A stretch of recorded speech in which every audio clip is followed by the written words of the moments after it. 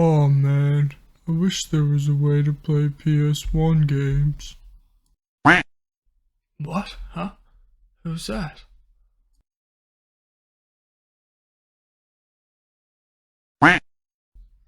Hello there. And who are you? Ah, I see.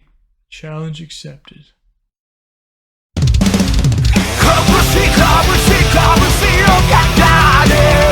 Damn, Richard, you're not very good at this. Oh, Richard, you and that temper of yours. But now we can't play any games. Finally, you guys should stop playing that stupid game and come play Fortnite. Nice shooting, Richard, and look what he dropped. Okay, Richard, it's time for you to show us where your real skills are, because they're obviously not in Tekken. Richard's home, DuckStation, is where you'll find this easy to set up PS1 emulator. But you can also go over to Vim's lair and download it like we are in this video.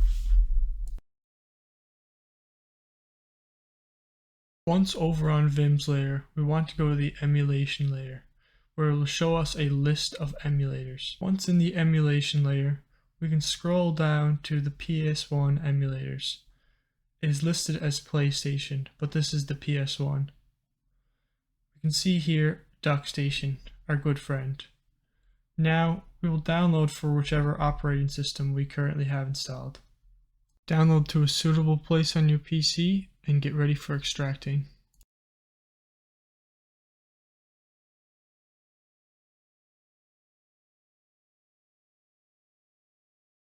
Here it came up to replace files as I already had the emulator installed. Once it's finished, we will go into the folder and open up the exe file to run the program. Then we will start configuring the program. To start, we simply just have language and theme. I am just going to opt to keep these as their defaults. Here is some legality about the emulator, which applies to all other emulators and games you download online which you might have not purchased. It is considered pirating if you do not physically own it. Even if you own it, some downloads could still be considered pirating. So it's recommended you have a VPN handy like Surfshark. Surfshark provides affordable rates and secure services to keep your digital footprint protected at all times. With all that said, we can simply just go click next on this page. Here we have our game directory which we will place our games. Now that we have our games, we need to add them. We can go to the top right and click the add button. Here we can select our game files, or we can select a folder, which then DuckStation will populate every single game that's in that folder. Here I'd like to show some of the folder organization I have.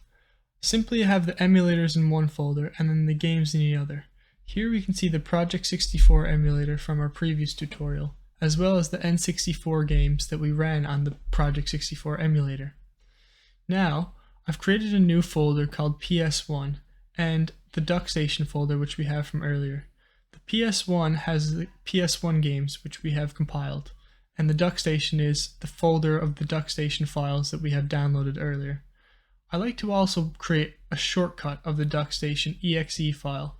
Therefore, I can just simply run it without having to go and search through the folder, which all the other files. Back over at DuckStation, we are greeted with the next setup page to set up our controllers. And I must say, this is really the simplest controller setup that there is. You simply just plug and play. For the first controller, we will leave the settings as the default keyboard so we can test controller inputs. For the controller port 2, we will change it to an analog controller, which will then map to a PS4 controller. And with that, we are complete and ready to destroy Richard once again in Tekken. Thank you all for watching. I hope you enjoyed and were able to get the emulator working, and I hope you enjoy this outro clip of Richard getting his revenge.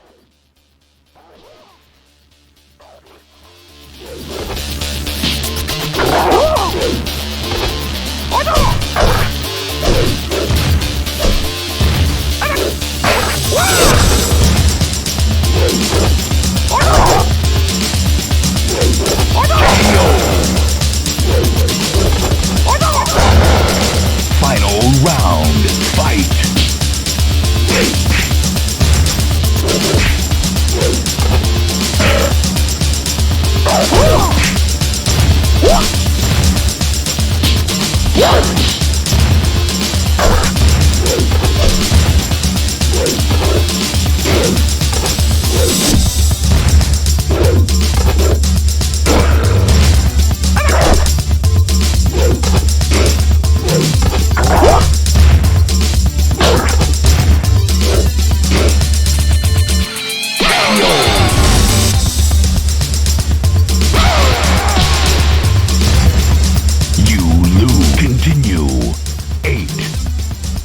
7, 6, 5, 4, 3, 2, 1. Game over.